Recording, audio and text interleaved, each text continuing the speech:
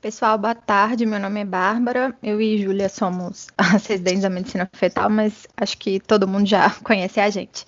Bom, eu vou falar sobre a segunda parte do capítulo, que primeiramente ele divide o capítulo em duas partes. Na primeira parte, que é o que a Júlia falou, do rastreio, né, das aneuploidias no primeiro trimestre, e depois a detecção dessas anomalias. Bom, só pincelando aqui que a Júlia acabou de falar, então a gente tem, né, no rastreio dessas aneuploidias, os métodos invasivos e não invasivos, temos os marcadores ultrassonográficos que são utilizados e que podem sugerir alguma aneuploidia no feto já no primeiro trimestre, e principalmente a gente precisa de, porque muitas vezes esses exames são só pedidos e não estão interpretados. Associar esses achados com os dados clínicos e laboratoriais da paciente.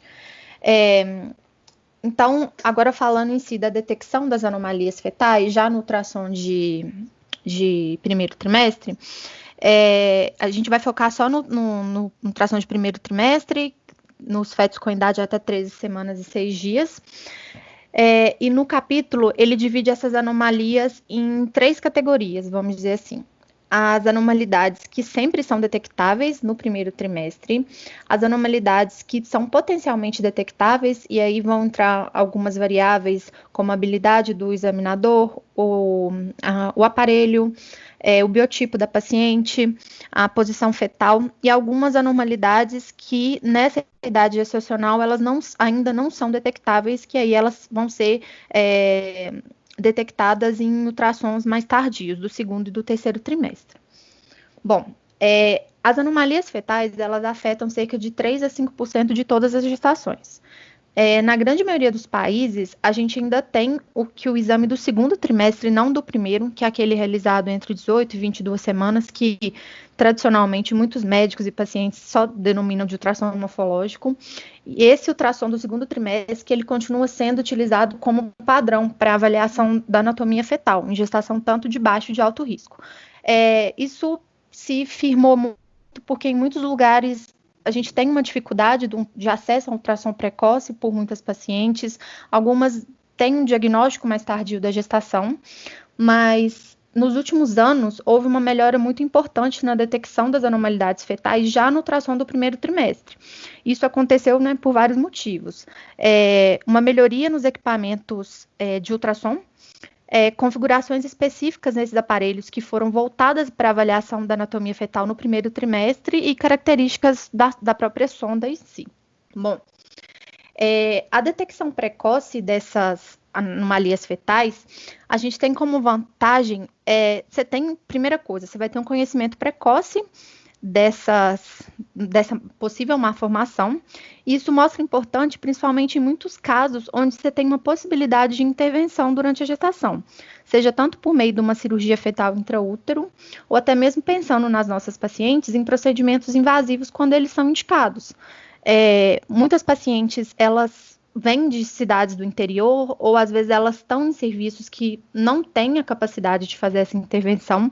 Então, quanto antes essa anomalia for detectada, melhor é para a paciente e para o sistema de saúde, vamos dizer, como um todo, que ela consegue chegar no lugar adequado para receber a intervenção adequada quando possível. A gente tem também, ele fala muito disso, mas não é muito a nossa realidade, em países onde o aborto é legalizado, o diagnóstico precoce dessas gestações com malformações, muitas vezes é importante para a população, porque lá elas têm a possibilidade do cariótipo e, se do desejo do casal, do aborto legal. Não é a nossa realidade. No Brasil, a gente tem o aborto permitido com algumas raras exceções, mas também a gente tem essa implicância, vamos dizer assim.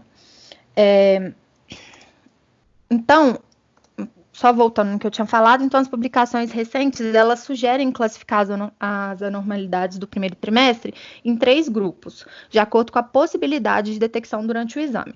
Então, aquelas anormalidades que o examinador que está fazendo um ultrassom de primeiro trimestre, ele sempre tem que ver, algumas que, dependendo de todas aquelas variáveis que eu falei, elas podem ser vistas, e algumas que geralmente quase nunca são vistas. Bom, ele coloca essa tabela, eu vou dar só uma passada rápida nela e depois eu vou falar especificamente de cada uma das malformações. Eu coloquei aqui embaixo separado a legenda das siglas, porque senão a tabela ia ficar muito pequenininha. Bom, primeiro falando de crânio e coluna, né? Coluna vertebral. Então, a gente tem aqui anencefalia, que é uma malformação que sempre, na maioria das vezes, ela vai estar na categoria dos sempre detectáveis no primeiro trimestre. A hidrocefalia, que já é uma alteração que nem sempre você vai se detectar no primeiro trimestre. Você pode sim já ter alterações do crânio, mas não necessariamente vai conseguir ver a hidrocefalia. A holoprosencefalia, que também, a microcefalia também, que não é possível a avaliação porque o cérebro fetal já é muito pequeno nessa idade gestacional. Então, para você identificar que ele está diminuído, é mais difícil, diferente de identificação quando ele está ausente. Holoprosencefalia também comumente identificada. A genesia de corpo caloso ainda não é identificada nessa idade gestacional. A sequência de Dandy-Walker, eu vou falar mais para frente. E a espinha bífida, que também é de difícil detecção ainda no primeiro trimestre. Falando um pouquinho de tórax, a gente tem as malformações cardíacas congênitas. A maioria delas não são identificadas. A gente tem alguma, eu vou falar especificando mais algum grupo dessas alterações cardíacas que a gente consegue ver, mas o diagnóstico exato dessas cardiopatias no primeiro trimestre ainda é difícil. Hérnia diafragmática já pode ser detectada, não tão facilmente, mas a gente consegue. E a malformação adenomatose cística pulmonar comumente não é visualizada. Atresia de esôfago, atresia do adenal, atresia de intestinal também não são visualizadas.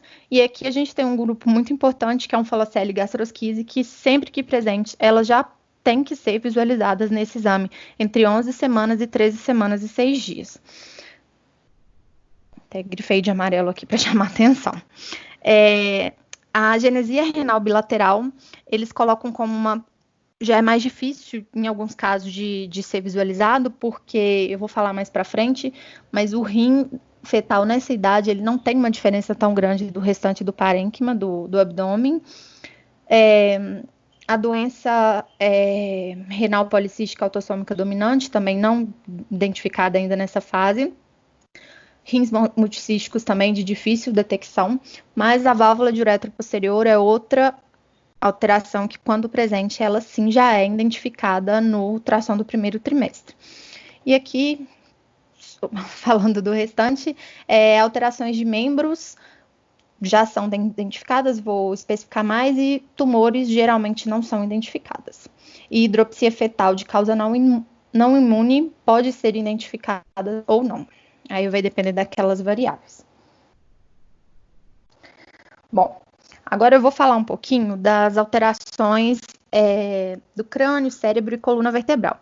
Então, o exame de primeiro trimestre, todo examinador, quando vai começar um exame, chegou a paciente, quando a gente vai avaliar o crânio, cérebro e coluna, a gente tem que focar na aparência do crânio, né? Na calcificação, no padrão de calcificação, na forma desse crânio e no conteúdo cerebral. A gente tem que ver se não tem nenhuma ausência de distorção ou alterações da linha média do cérebro, avaliar a simetria, né, das duas metades, dos plexos coroides, que é o sinal da borboleta. E nessa fase, entre 11 semanas e 13 semanas e 6 dias, o aspecto ultrassonográfico do cérebro, ele é caracterizado pelos dois ventrículos laterais preeminentes e preenchidos com os plexos coroides. Os dois divididos pela foice, né, italiano, e a fossa posterior, ela deve ser visualizada nos cortes transversal encefálico, quarto ventrículo e cisterna magna. Eu vou falar um pouquinho mais. Bom, então, quais são as alterações que a gente sempre tem que identificar nesse ultrassom de primeiro trimestre? Então, a gente tem a acrania, que pode levar a exencefalia, que aqui a gente mostra eu coloquei duas figurinhas aqui que mostram isso, que a gente não vê a calota craniana e você pode ter exteriorização de parte do tecido cerebral. E também a anencefalia, que é essa outra figura aqui da direita, que a gente vê que não tem a ausência do encéfalo. E principalmente aqui no caso porque é uma das poucos casos que no nosso país a gente tem uma permissão para um aborto, né? O aborto é autorizado caso seja de desejo da paciente. E essas anomalias geralmente elas são visualizadas nos cortes axiais, né, da cabeça. Então aqui a gente tem uma acrania com uma exencefalia e aqui também, e aqui a anencefalia.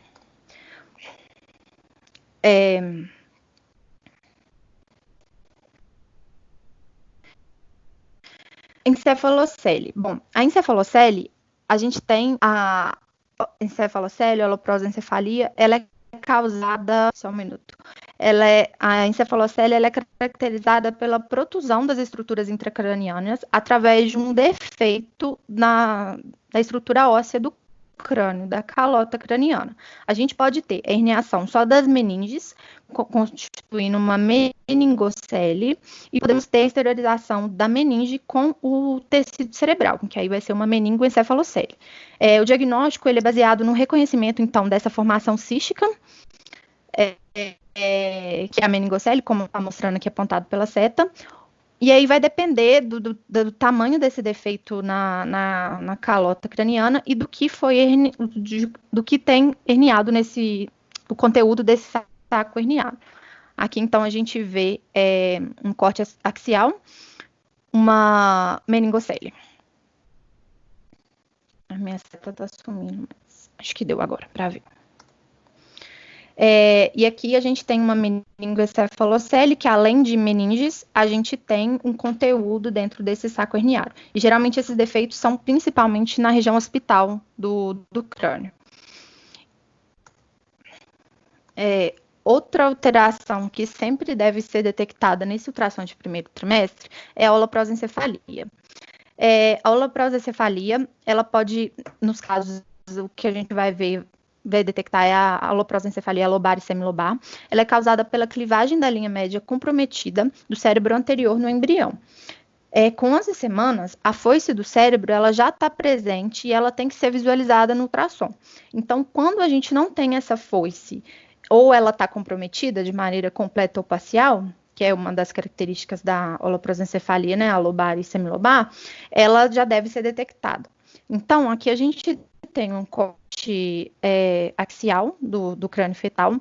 Da esquerda, a gente mostra uma estrutura normal. Então, a gente vê a linha média, a gente tem os dois hemisférios divididos, e esse daqui é o sinal da borboleta. A figura da direita, a gente já vê que a gente não tem essa divisão, a gente tem a fusão aqui dos tálamos e a dilatação dos ventrículos laterais, né, que estão alterados.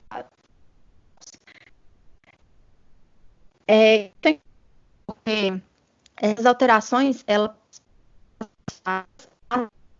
são genéticas, principalmente cerca de 66 casos de prosencefalia que são identificados no primeiro trimestre, eles estão associados à trissomia do cromossomo 13. Falando de coluna, a gente tem a espinha bífida aberta. A espinha bífida é uma alteração que nem sempre ela é detectada, então ela não está naquela categoria das alterações que o ultrassonografista tem que detectar quando está presente. Vai depender da experiência do examinador, do biotipo da paciente, da qualidade do aparelho, da posição fetal. E eles falam também outra coisa, até do tempo do exame, da rotina do serviço e do tempo do exame que o examinador tem para realizar o exame de cada paciente. Porque quanto menor o tempo, né, acaba que o exame é mais corrido e às vezes não é avaliado tão a fundo. Então, a avaliação da coluna vertebral, a gente faz uma avaliação mediana da coluna e da pele que recobre a coluna. É uma uma coisa que tem que ficar muito importante, que mesmo que seja super examinado, com super atenção, um aparelho ótimo, um examinador super experiente, uma paciente com biotipo favorável, se não foi detectado nenhuma alteração, uma aparência normal nesse exame do primeiro trimestre, não necessariamente a gente pode excluir a espinha bífida aberta, porque o defeito, às vezes, ele não é tão grande para ser visto nessa fase. A detecção precoce, ela pode ser, às vezes, melhorada nessa fase por um outro marcador, que é a translucidez intracraniana, que ela é detectável durante a varredura do cérebro fetal. Que isso aqui é o que mostra nessa imagem da esquerda. A gente tem uma visão mediana da face da cabeça do feto, que permite a visualização das principais estruturas da fossa posterior. Entre 11 semanas e 13 semanas e 3 dias, a gente consegue visualizar na região posterior o tronco encefálico, o quarto ventrículo, que é o que é definido como essa translucidez intracraniana, e a cisterna magna. Quando a gente tem a perda dessa translucidez, isso pode chamar a atenção do examinador para uma avaliação mais cautelosa da coluna, que isso pode estar associado a um defeito de fechamento da coluna. Então, seria um sinal indireto, né, para se avaliar a coluna com mais atenção. Então, na figura da esquerda, a gente tem a posterior no feto com espinha bífida, uma gestação de 12 semanas e 6 dias, e você não tem uma translucidez intracraniana típica.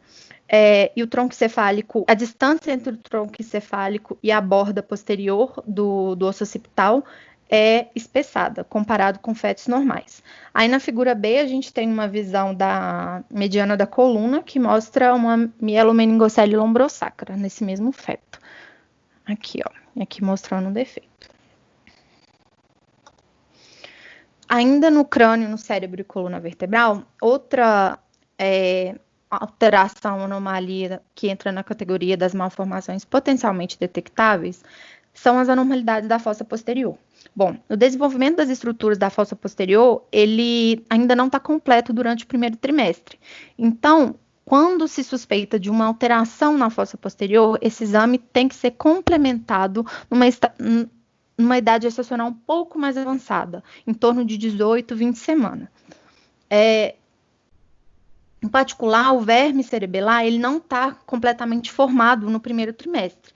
Então, você tem fisiologicamente uma comunicação, você pode ter entre o quarto ventrículo e a cisterna magna, que é normal. Isso, muitas vezes, pode levar a um diagnóstico errôneo, um falso positivo, né, vamos dizer assim, para uma formação de Dandy-Walker.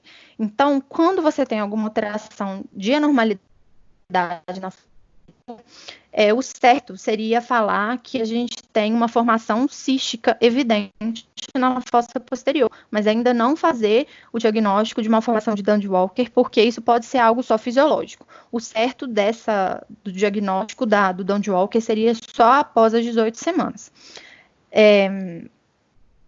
E mesmo que a gente, então, não possa fazer o diagnóstico exatamente de Dandy-Walker ou outras alterações, com certeza, de anormalidades da fossa posterior, a gente tem, então, uma vista dessa fossa posterior cística, que é o que mostra aqui. Então, a gente tem que levantar essa suspeita, acompanhar essa paciente mais de perto e no ultrassom com 18 semanas, 20 semanas, aí sim para a avaliação final para se fecha o diagnóstico ou não. Aqui mostra essa formação cística e aí no livro eles colocam que é um feto que posteriormente foi confirmado o diagnóstico de Dandy-Walker. Muitas vezes, quando você tem alterações de fossa posterior, pode ter também uma hidrocefalia associada. Na maioria das vezes ela está presente. Outra alteração ainda dentro do crânio e da coluna, que nem sempre é detectável, mas já pode ser detectável no ultrassom do primeiro trimestre, são as ventriculomegalias. A gente tem várias causas para ventriculomegalias, a gente pode ter causa infecciosa, causa obstrutiva, causas associadas a cromossomopatias, e muitas vezes a anatomia o cérebro fetal ainda está se desenvolvendo entre 11 semanas e 13 semanas. E e muitas vezes a causa dessa ventriculomegalia, às vezes ela ainda nem aconteceu, ela vai acontecer mais para frente, por isso que nem sempre é detectável nesse ultrassom de primeiro trimestre. Mas, no entanto, a gente tem, quando acontece, né, de identificar uma dilatação das cavidades, das cavidades já no primeiro trimestre, muitas vezes elas estão associadas a essas cromossomopatias e outras mais. Aqui a gente tem uma dilatação das cavidades ventriculares. Aqui mostra um feto de 13 semanas. Aqui a gente tem, indica associado, né, igual eu falei no slide anterior, com a formação cística da fossa posterior. E aqui a dilatação dos ventrículos laterais.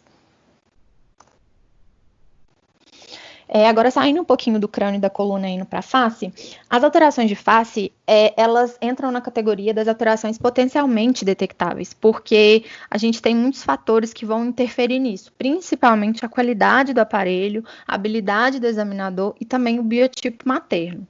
O exame do perfil do feto nessa fase, ele pode mostrar uma das alterações que a gente tem é a micrognatia, pode mostrar um queixo menor do que o normal, mas esse achado não é tão fácil de ver quando ele está isolado, porque nessa fase, às vezes, a micrognatia não é tão pronunciada, né, em comparação com, a mandíbula não é tão menor do que o restante da cabeça, e quando ela vem isolada, ela não é de tão fácil detecção.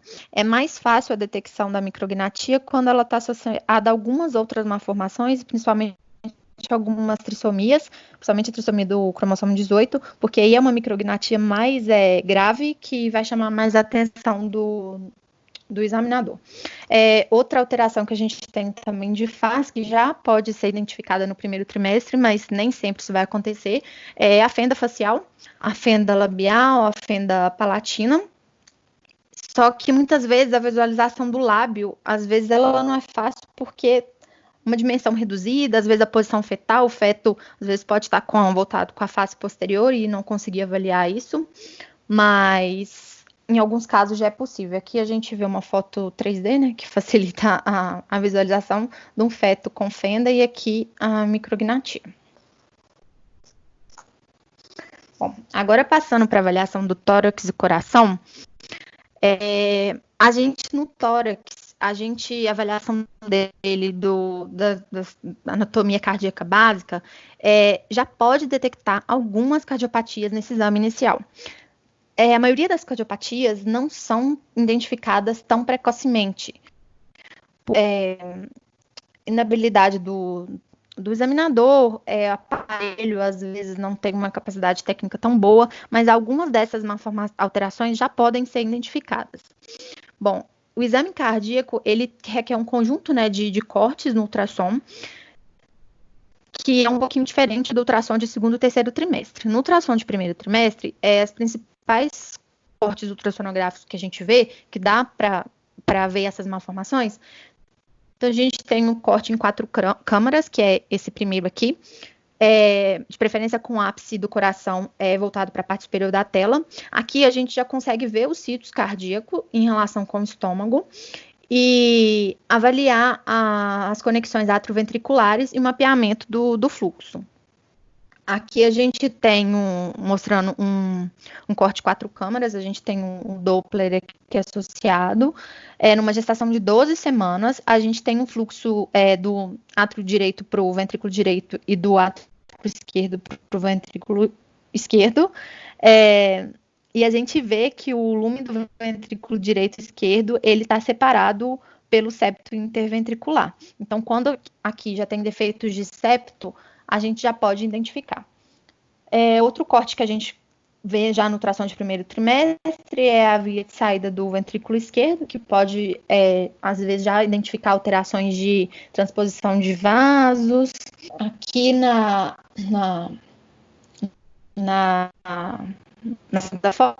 foto B, a gente tem um Doppler que mostra a via de saída do ventrículo esquerdo, a gente tem um fluxo da aorta aqui em azul, e a continuidade da aorta com o septo ventricular. E outro corte é o corte dos 3 vasos, que a gente pega a pulmonar, a aorta e a cava, a gente consegue ver os sitos e também se já tem transposição de vasos nessa fase. Então, aqui a gente tem um Doppler, numa gestação de 13 semanas, e aqui a gente tem a traqueia, a pulmonar, a aorta e a cava. Os vasos, comumente, eles estão dispostos, né, pulmonar e a aorta, cava, nessa sequência, da esquerda para a direita, e do maior, da pulmonar, até o menor, que é a cava.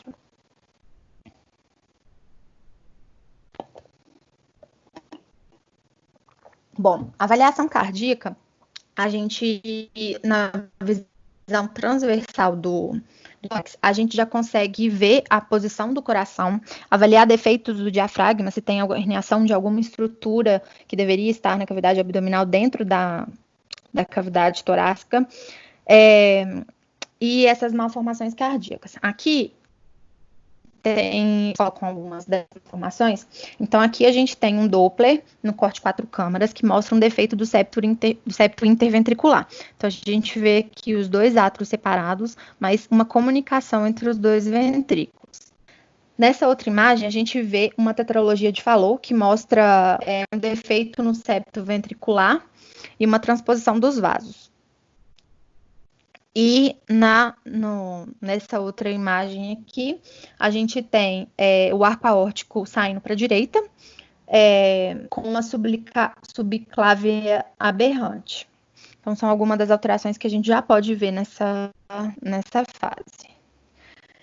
Igual eu falei da hérnia diafragmática, a visão de 4 câmeras, quando a gente vai avaliar o coração, ela já pode, além de avaliar, de ter toda a avaliação da anatomia cardíaca, a gente avalia também a posição do coração e se tem algum desvio do coração dentro da cavidade torácica. Ela pode revelar um desvio do coração por alguma compressão de uma estrutura abdominal que está com localização intratorácica naquele efeito, como alça, estômago, fígado, e já fazer um diagnóstico precoce das hérnias diafragmáticas. Aqui a gente tem um corte transversal numa gestação de 12 semanas, a gente vê que o coração ele está desviado para a direita e a gente tem a bolha gástrica dentro do tórax. Então, aqui provavelmente é um defeito de fechamento do diafragma à esquerda, que aí teve uma herniação do estômago e um desvio do tórax, do coração para o lado contrário, para o lado da direita. Agora, chegando no abdômen, falando das malformações do abdômen, duas malformações que são comuns e sempre que presentes, já podem ser vistas no trações de primeiro trimestre, é a onfalocele e a gastrosquise. A avaliação do estômago, do abdômen, quando a gente vai fazer a avaliação abdominal, a gente deve fazer um corte transversal no abdômen do feto, para avaliar a bolha gástrica e, junto com a avaliação do tórax, avaliar os sítios daquele feto. Avaliar se realmente o estômago está do lado esquerdo, o coração está do lado esquerdo, se as câmaras do coração correspondem, se o ventrículo direito corresponde ao ventrículo direito, o átrio direito ao átrio direito. E avaliar onde essas estruturas estão localizadas. A gente também tem que avaliar a parede abdominal para ver se há algum defeito de fechamento e a herniação de algum conteúdo abdominal por esse defeito. Então, a gente tem duas malformações comuns, que são a onfalocele e a gastrosquise, e entre as malformações da parede abdominal, entre as malformações que acometem o abdômen, são as duas mais comuns e que sempre já são vistas no primeiro trimestre. Aqui a gente tem a onfalocele. A diferença entre as duas, a onfalocele é recoberta por uma membrana, a gastrosquise não tem uma membrana recobrindo. A gente tem que olhar a implantação do cordão, que na gastrosquise ele vai sair lateral ao defeito e na onfalocele ele vai sair superior, na porção aqui superior, na pontinha do defeito, do conteúdo herniário.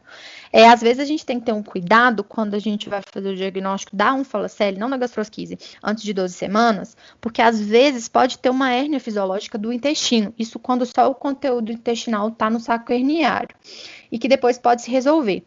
Então, quando é antes de 12 semanas e a gente vê uma imagem sugestiva de onfalocele, só com conteúdo herniado só de alça intestinal, deve-se fazer uma avaliação um pouco depois para confirmar se isso permanece. e porque às vezes pode ter uma regressão espontânea. Claro que é diferente quando você já tem conteúdo herniário de estômago, fígado, aí já é pouco provável que isso seja fisiológico. Quando você tem a gastrosquise, o tratamento é sempre cirúrgico e é importante também associar essas malformações, principalmente a onfalocele, com anomalias cromossômicas, principalmente a trissomia do cromossomo 13 e a trissomia do cromossomo 18. Do trato urinário. A principal alteração do trato urinário que a gente já vai ver nessa idade gestacional, no primeiro trimestre, é a megabexiga. Numa avaliação do trato urinário no feto, então tem que ser visualizado a bexiga dentro da pelve, tanto na visão mediana quanto na visão transversal, e a visualização das artérias umbilicais. Os rins eles já são visíveis no primeiro trimestre, mas eles têm uma ecogenicidade semelhante ao tecido que circunda que está circundado por ele. Então, a visualização é possível, mas às vezes, dependendo da posição, dependendo da qualidade do aparelho, dependendo do biotipo materno, isso pode ficar um pouco prejudicado. A megabexiga. A megabexiga é definida como uma bexiga medindo mais de 7 milímetros e ele está correlacionado pode estar correlacionado a algumas anomalias cromossômicas em muito número significativo de casos. Quando a gente tem uma megabexiga, a gente separa em megabexigas com diâmetro superior a 15 milímetros e inferior a 15 milímetros. Quando a gente tem uma megabexiga com diâmetro maior do que 15 milímetros, geralmente está relacionada a uma obstrução uretral, válvula de uretra, atresia uretral, e o resultado geralmente não é tão bom quanto uma megabexiga com tamanho menor, às vezes 7, 8, 9 milímetros. Então, essa é uma alteração que sempre tem que ser visualizada, principalmente em casos de megabexiga associados à válvula de uretra posterior, porque às vezes a bexiga está tomando conta de todo o abdômen fetal, às vezes até de quase toda a imagem do ultrassom. A agenesia renal, nessa fase, nem sempre, igual eu falei, ela é possível de diagnosticar, porque os rins eles já são vistos, mas às vezes eles estão com uma ecogenicidade parecida com o parênquima ao redor deles.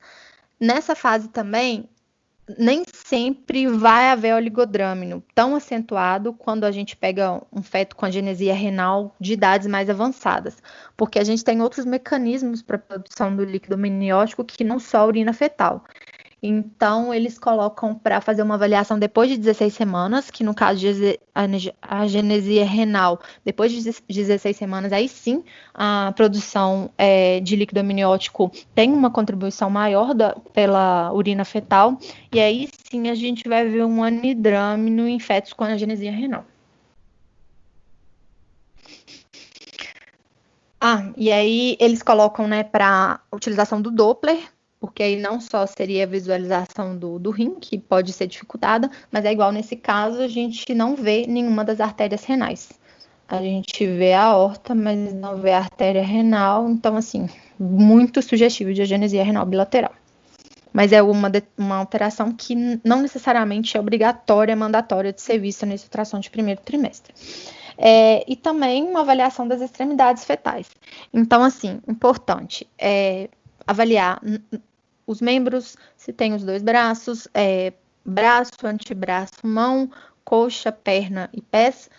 Os ossos, se está presente a húmera, rádio e ulna, fêmur, tíbia e fíbula. E se tem alguma alteração na ossificação, no padrão desses ossos.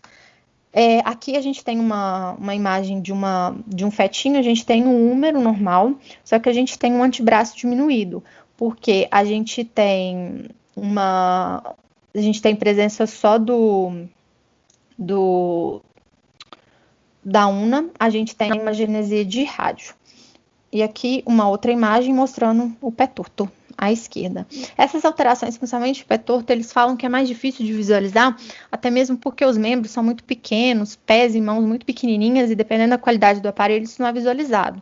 Mas, principalmente, Quando é caso de agenesia óssea, igual aqui, que não tem um dos ossos ou não tem um dos membros, isso sim já deve ser visualizado. O pé torto, às vezes, já é mais difícil de ser visto. Bom, e é isso, gente.